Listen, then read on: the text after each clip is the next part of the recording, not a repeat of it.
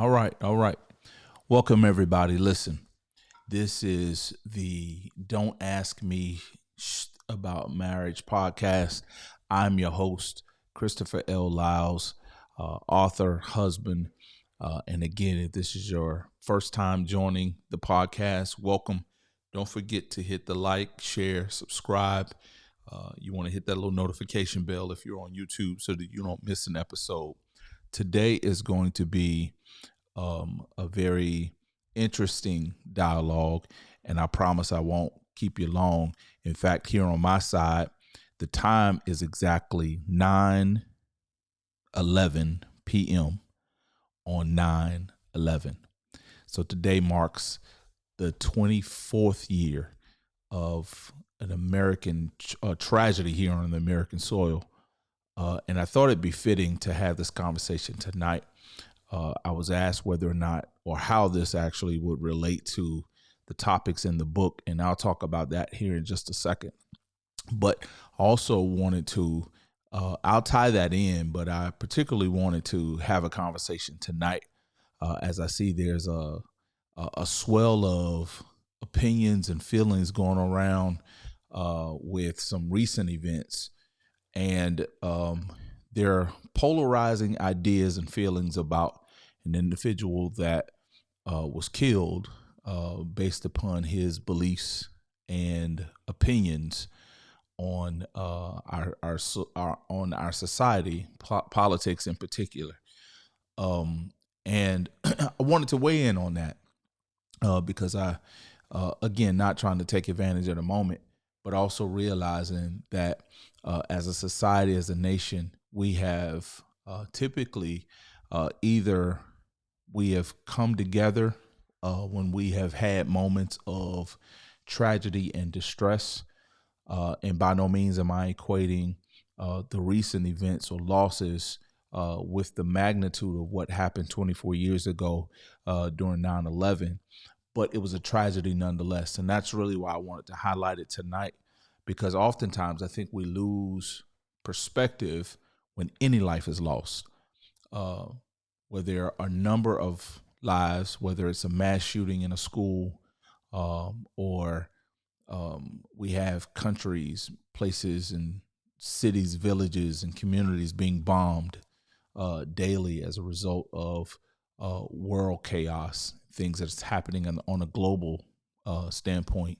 And then right here in our own communities, we're still suffering at the hands of hatred and violence. And no matter where you may stand on a person's feelings or their ideals or their politics or their religion or whatever their beliefs are, let me make it clear that no one should be. We should not have to suffer with the loss of life because of any event. There's no, as I even think through it now, there's no precursor you can put there that would ever justify any human having to lose their life for any reason or any cause. Now, when you bring up capital punishment and things of that nature, are there ever justifiable reasons? Again, those are discussions and debates that many have had and will continue to have ad nauseum as a means of what is justified punishment or penalty when lives are taken. But as it relates to the events at hand, those that are happening today, I know that the again, there's been a number of conversations that are being had around this particular individual being what they're calling assassinated, but essentially being killed. And I don't know. I have to look up to see what the differences are between a person that was murdered versus one that's assassinated. I believe that typically that's a term that's held for a person that holds a high position or some type of an official, but I could be wrong. I'll look that up. But for the purpose of the mass discussion and debate that's going on, you have people on both sides of the scale that feel a certain type of way. One, that this person spewed and stood for racial um, discrimination and prejudices, that he was in fact a racist, um, that he had very hard political opinions, um, and while some argue the perspective or the translation of that, um, which in some cases it's very clear what his stance is and what his beliefs were. Um, Again, we should never condone violence to any level at for any person. What is interesting though is a part of his position and platform. I saw one particular quote, and this was him saying this. This wasn't anything that was written or that had the potential of being misread or misinterpreted, but these were his words.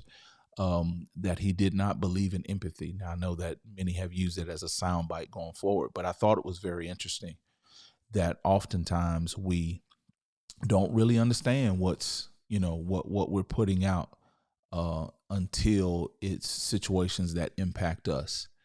Um, and the reasons in which he stated that he did not believe in empathy, mainly because, again, these were beliefs in advantages or stories that it told those that needed the empathy, that were not true.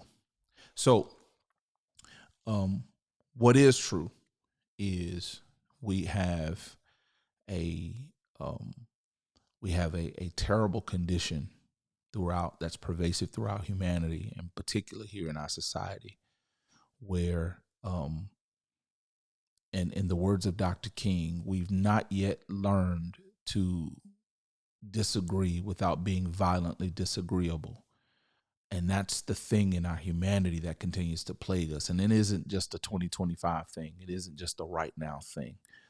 24 years ago, we saw that because there were a group of people that took issue with whether it be political or other motivated reasons, religious or other motivated reasons, but were so violently disagreeable that they took actions that cost thousands of lives.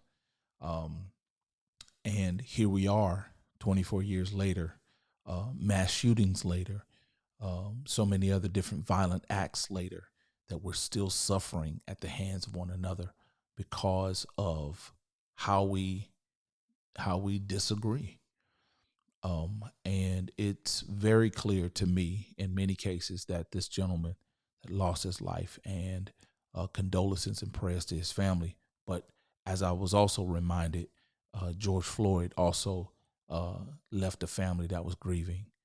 Many others leave families that are grieving, regardless of what side of the argument people may be on. So I think my plea tonight is with us at large, humanity at large, that we find a way to express our discourse without it coming to tragic ends. Um, what it is pointing out and exposing is that as a society we don't manage our emotions well.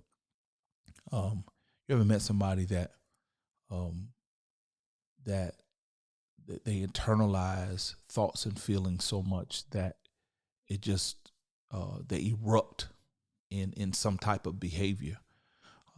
And I remember as a kid growing up where I internalized my frustration so much that I didn't like to fight. I didn't, I didn't lean toward, violence in any way like that.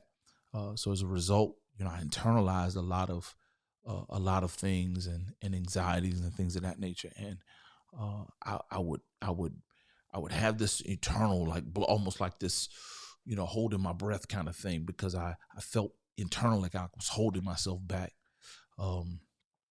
And unfortunately, it continues to be this thing where in our humanity, in our mental health, that we don't get the resources or the treatment or the care or the support that we need to be able to help uh, figure out the best ways to channel what those frustrations are, even as adults, right? We don't, especially as adults, we don't um, have the mechanisms in place to be able to properly manage our mental health.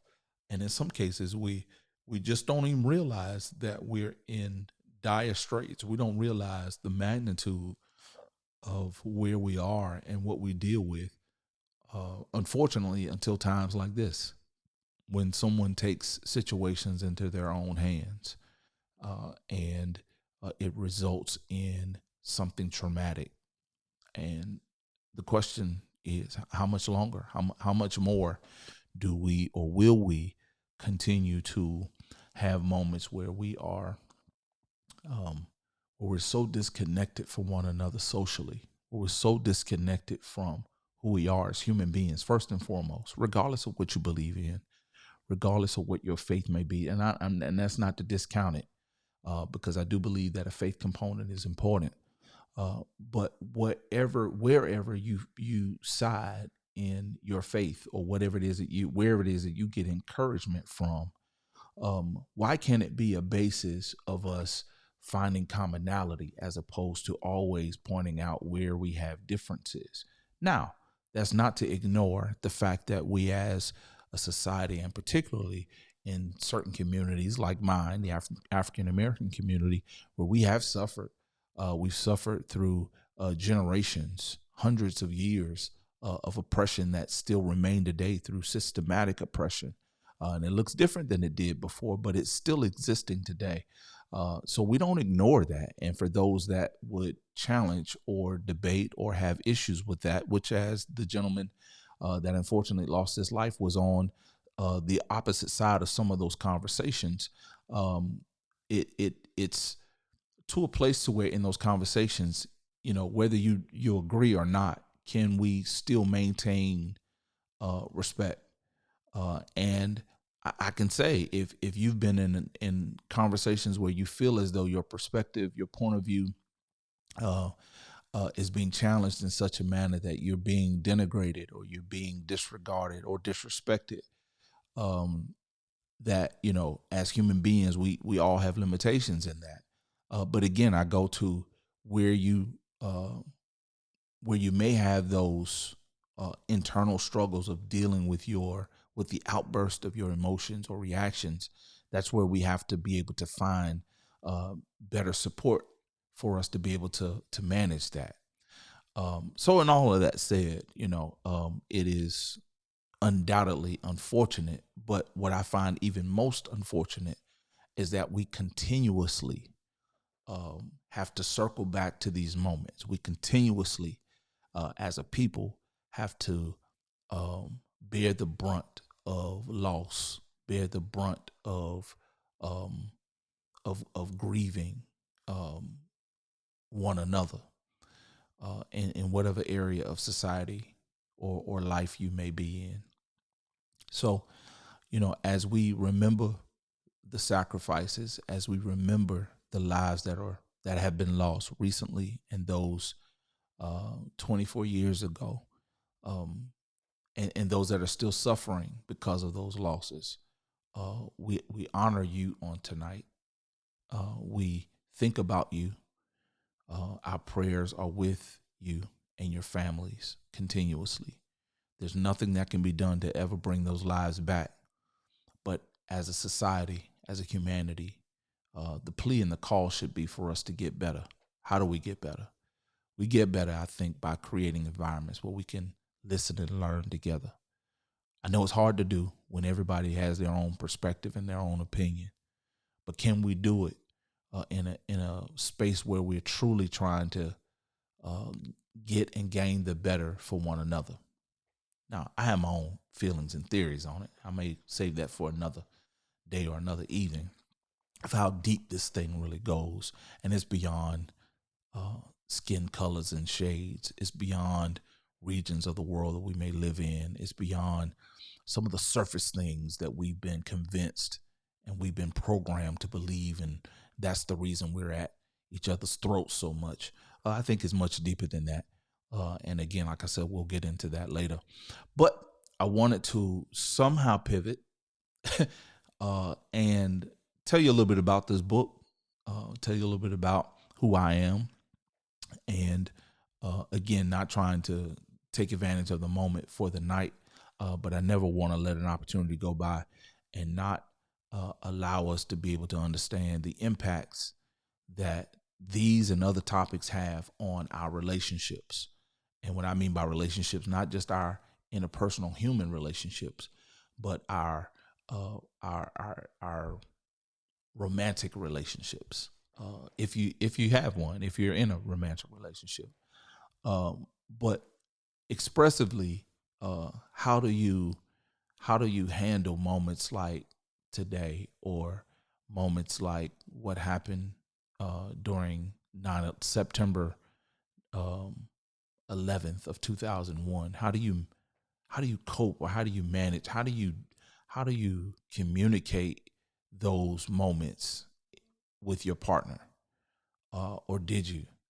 Um, do there was an exercise a brother of mine once took me through, and I thought it was mind blowing. He said to me,